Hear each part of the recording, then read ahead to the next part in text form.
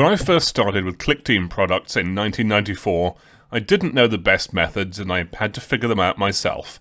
I don't want you guys to struggle the same way, so here's a list of 5 things I wish I knew when I got started with Clickteam Fusion 2.5.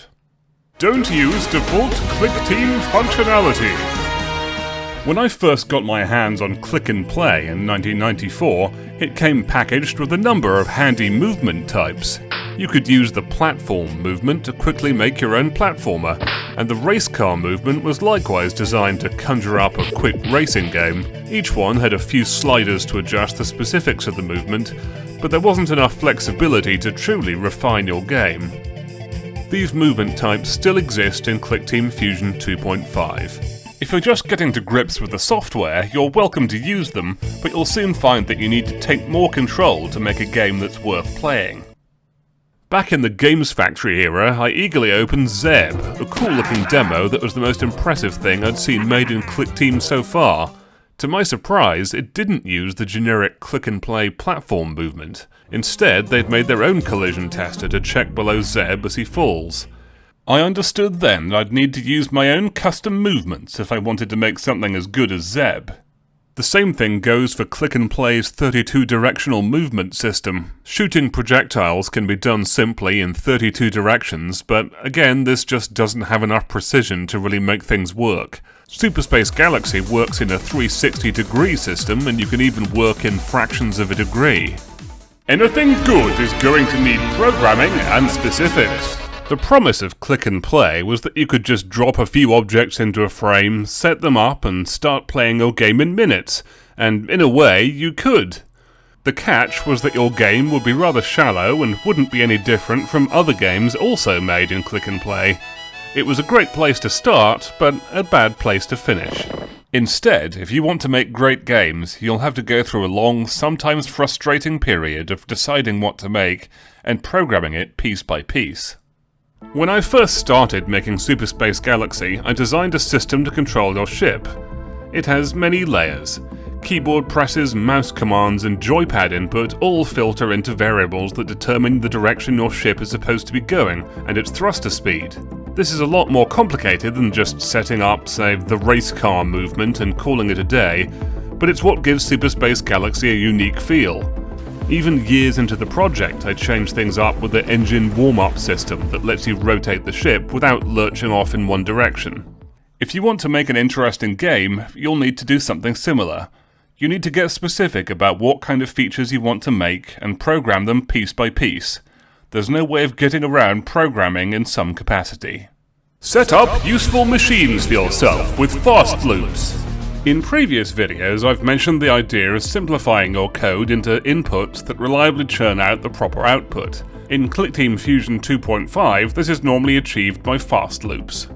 For instance, I have a special routine that can handle re-angling your ship, the enemies, and even the NPCs.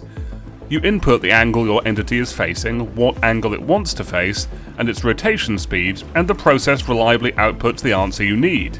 This way I know that the angling is reliable, won't cause bugs, and every entity behaves consistently. A robust game is made of tons of these little widgets all being called upon when needed. My only regret is that I didn't use this method more. Say you want to set up a system that equips a certain weapon. It's best to lay out all the variables you think you need ahead of time. You can give yourself variables for the number of bullets in each shot, the speed of the bullets, the amount of time it takes to fire a shot, and so on. Once you have these defined, your job is to make a robust system that turns these simple requests into usable weapons. A system like this is what allowed me to give Super Space Galaxy a total of more than 30 normal weapons, and it makes it easy to add more. Do plenty of planning. Think about how your game is supposed to fit together. Just coming up with cool, isolated ideas is only a small part of game design. It's okay to discover things as you go along, but these discoveries will normally be within the original scope of your plan, not additions to it. For instance, I always wanted Super Space Galaxy to be about flying a ship in space. but I've had to resist the urge to start implementing a hovercraft and even a motorbike because they wouldn't add to the game. Instead, I added spins on this spaceship theme, like resources you can pause over to dig them out, enemies to shoot, places to refuel, and so on. Game design normally works around a cycle, like collecting resources, filling your cargo, selling the cargo, and venturing forth again to collect more. It can help to make a diagram of your game's structure to ensure that it makes sense and really does form a cycle. Ignoring this need for structure might result in a game that contains some cool sounding stuff, but it'll be aimless and only sound good on paper. Often the project won't get finished at all because there's no clear definition of finished. Without a clear vision, you won't know what to implement, and your programming will suffer for it. It may be a long time before your game starts being fun. We now live in a world where basic games aren't interesting. When I first started using Click and Play as a kid, it was amazing to be able to build anything. We experimented with all sorts of things, but I slowly became dissatisfied with the bugs and the crudity of Click and Play's tools. I spent years experimenting with the Games Factory and the original Multimedia Fusion, trying to make a game that was truly up to my standards. Now I know that the devil is in the details. Basic features like moving your character around may not sound glamorous, but you need to be able to define, create, and refine them. Super Space Slayer 2 had refinements to its controls even years into the project. It takes time to build your game systems, and even longer to make an enjoyable game. Danger. That's where I can help. It took a lot of experimentation for me to be able to use Clickteam Fusion 2.5 effectively, but now that that's happened, I can help you do the same thing. Click the link in the description to sign up for a free call with me, and I can help you build the features that will power the game of your dreams.